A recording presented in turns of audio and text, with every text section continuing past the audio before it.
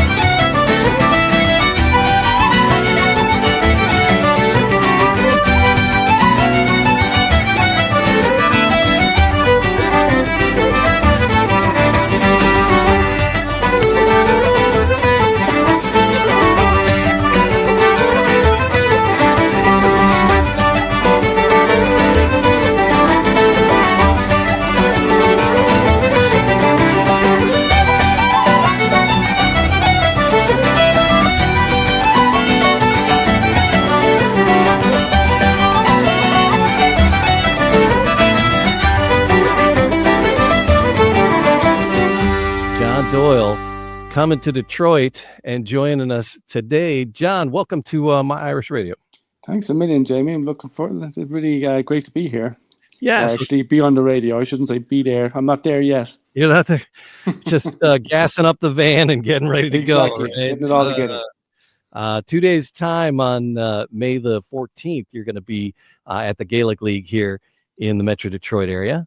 And really looking forward to it. I don't get to play in Detroit that often, so it's really nice to be able to get to visit and do a solo show. Yeah, and Sean, Gavin putting things together and bringing some great acts like you, and hats off to Sean for wrangling all these wonderful things happening at the Gaelic League and around the city. So Sean is doing some great work all over. Like, you know, he's not only is he a great musician, but he's been really kind of advocating for traditional music, and he does a Swan and Oar gathering down here now, like the events coordinator down in Asheville, and he's brilliant at it, you know. So, like, my hat's off to him. Yeah. So, John, we're going to talk about the tour and what you got going on now, but let's rewind a little bit. And John, tell me about your childhood. It was the best of times. It was the worst of times. All right. On. No, well, I was born in Dublin, kind of some of the 70s kids. So I was born in Dublin, and parents, my mother's from Dublin and my dad's from County Sligo, so we had this kind of like in between. So every summer we go to Sligo, and my grandfather, my father's father, was an accordion player, so we would hear the music from that side of the family, and also hear singing from my mother's side of the family, as well as my father, who was a great singer. So it inundated all of myself and my brothers with the music, with either singing or playing, and it's kind of kept up ever since, Yeah. And then, I did a whole bunch of, gigs. I started playing professionally when I was 15 or 16 and very young. And then when I was about 20, ended up in New York for about a decade, and then ended up down in Asheville, North Carolina in about year 2000.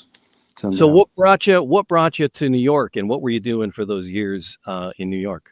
Well, I was playing with a woman called Susan Ryan, who's Susan McKeown now, but a great singer and songwriter. And we had a duet that we used to play called a Chanting House, which was along in New York. It was along with Eileen Ivers and Seamus Egan and Kamate Dinazulu as well at the times. And so we did a lot of the work with that. And then I used to play with Seamus Egan a lot. I used to play with Eileen Ivers a lot, like in New York.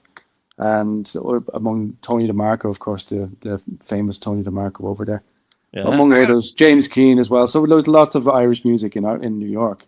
Yeah, I got a crush on Ellen Ivers. Got to tell you, she's fantastic. Yeah, she's just amazing. She's a powerhouse, and she always has been. Right, a good powerhouse of a musician. Yeah. So, how old were you when you first had an instrument in your hand? What was the first instrument you had? How old were you?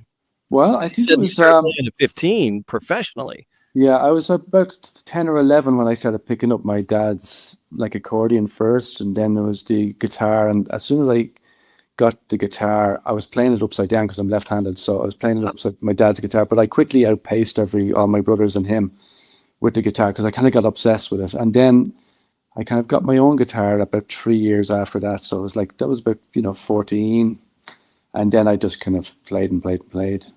So you play left-handed? I'm a lefty, yeah. Yeah, very cool.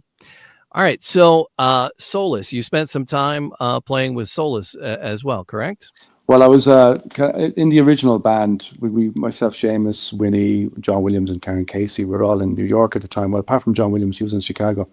But we used to rehearse a lot in New York. And then our first gig was maybe in 95 with the great Mick Maloney, who's passed away since. He put on a gig in International House, or one of those gigs in either Washington or Philly. And we did our first gig there, and then shortly after in Charlottesville. And then we really figured that we should do a lot in the band, So it was, and we started from there.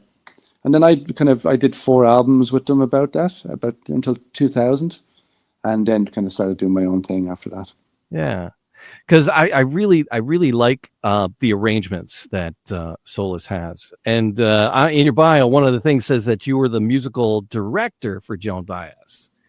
That's right. So what did that entail? What did that entail?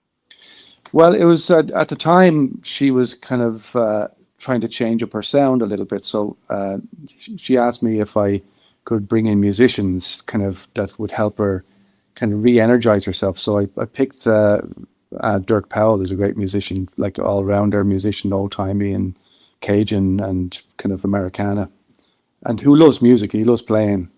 And also Todd Phillips, who's a great bass player, and it was a 3-piece band along with Joan, and we all loved playing, and she basically gave me her whole discography, and I learned as much of it as I could, which is quite a prodigious amount of material. Yeah. And she asked me to pick a few songs, like some songs that she wouldn't have normally done, that she should maybe go and redo. So we did all that, and we kind of re-energized, and she really had a lot of fun at that time. And then her son kind of came in as percussion player, which really kind of energized it even more to have her son playing with her. So it was great fun, Did you do any recording, or was that just touring? It was just touring. Yeah, that's got to be fun. Just hanging with, she's legendary. So that's it's like lots of great stories. I can't tell you many of them. But there are loads of great stories. And like I used to go walking with her on tour every day and just kind of chatting. And Oh, so I'd bring her out for a good like jaunt. And yeah. she's great fun. She's great crack, you know. Yeah. Yeah. Yeah. All right. So now, again, there's been so many bands in and out of job. You can't keep a job, can you? Like I must have like this ADD or something. I'm just like, oh, what's over there? Yeah. Oh, this band now. So what is it right now? You're heading out. You're going to be in Chicago and here in Detroit and Ohio and a couple other places. He's got a That's right. summer festival coming up. So check out his website. It's just simply johndoylemusic.com and you'll see the dates there. And so this is solo. You and the guitar. Me Um, and myself and I, yeah. myself and I are heading off. Yeah. But are And you in a collective? Are you in a band right now? I do a lot of different things. So I'm in a band with a trio in England and Ireland with Mike McGoldrick and John McCusker and myself. That's a trio. And then I kind of have a John Doyle band with a few different people that I kind of put together. And so there's lots of different things and it's kind of lots of pickup bands and different things like that. So just whatever the bookings call for. Yeah, I like the solo stuff a lot because it kind of gives you a freedom to kind of just do your own thing, of course, and just an intimacy to it as well. So as I'm really looking forward to seeing you because it's like one guy with a guitar. Is Luca Bloom. I'm just entranced with him. The way he can just how much sound comes from the stage. It's just one dude and a guitar. Now you got all the little samplers and things. Do you get into that? Do you do like the samplers and the foot pedals and No, I've never really. I kind of always liked the acoustic kind yeah, of feel to things. Not that it's bad.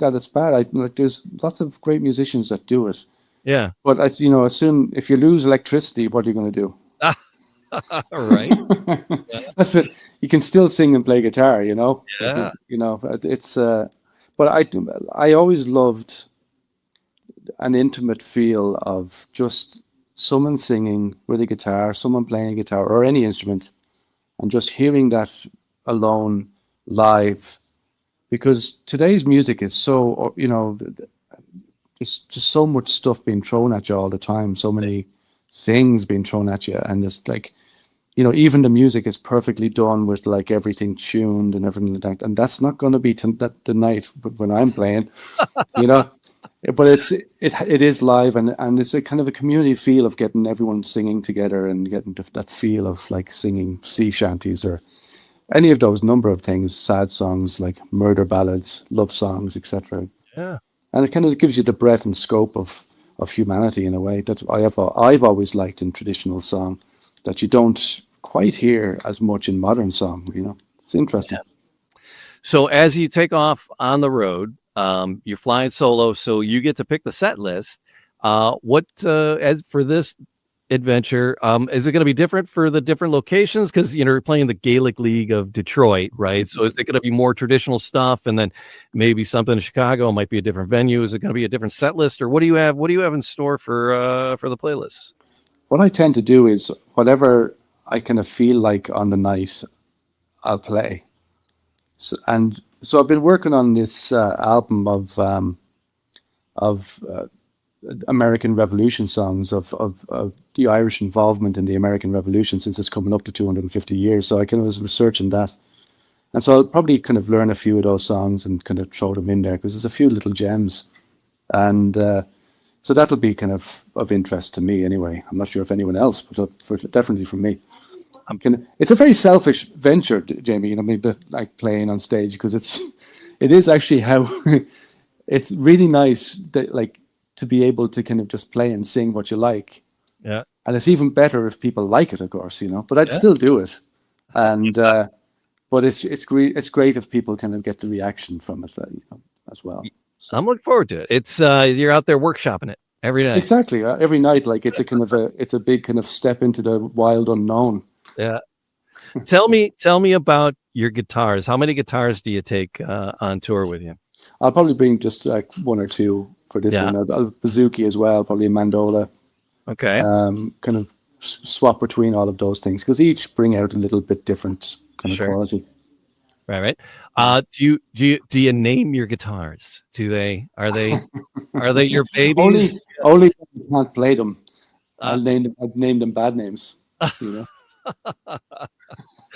didn't know. Some people have that superstition. They name the No, toys. So, all right. there's some like lovely gems that there's great guitars that I have. That this guy Kevin Meterman up. I'm actually going to play a gig at his house, a beautiful house in North Dakota in Grand Forks. He has a concert series there, but it is his house, and he's built a whole kind of stage and studio, and it's amazing. Wow. But he's also an amazing guitar player and songwriter too, and a singer, and also a reconstructive surgeon, and he makes guitars.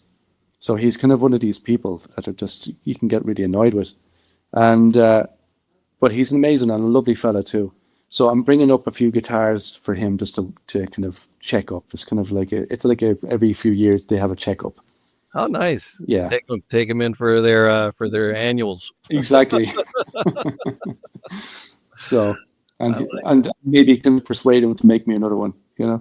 Yeah. So what do you play when you're at home and you're reaching for something? Which one do you grab? What's your go-to? Let's see. Right now, I have this lovely guitar that I'm playing that of his. Actually, it's kind of it's like a mandola guitar. It's a high-strung 5-string guitar in a different tuning, so it's kind of a fifth up from normal guitar. That's a really fun instrument to play. And then I've got a ukulele up here that I kind of throw out every now and again. But I'm mainly doing recording, so I kind of go. I've been pretty busy the last few weeks recording stuff, so I've been kind of using the old stalwart strummers.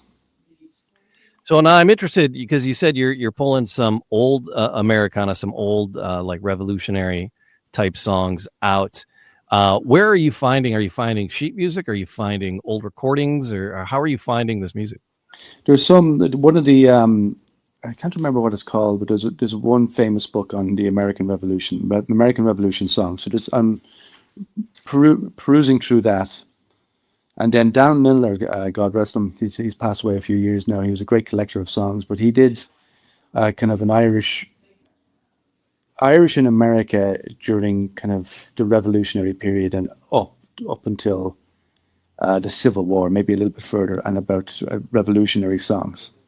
And so he kind of went in depth into a few of the songs. So that has been very interesting. And then I've got a few different songbooks as well that I have looked into, and so I found it, funnily enough, like there's not as many Irish songs as you would think in the American Revolution, even though like nearly 25% of the fighters in the American Revolution were Irish or Irish based. So there's but there's also this distinction that they were more Protestant Irish than Catholic Irish. So the music is slightly different. Okay. I'm interested to hear that project when it gets together. Is there anything in the repertoire from that now, or are you still just working on those? I'll see. I got to one of the most famous ones from that period is Johnny's Gone for a Soldier or Shula Roon, which is kind of a pretty kind of ubiquitous song. A lot of people know it. Shul shul shula roon, shulga sucker agus shulga cune.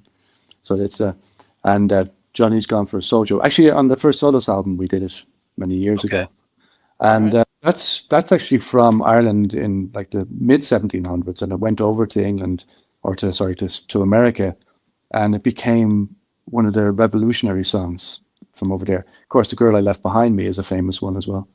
All right. And then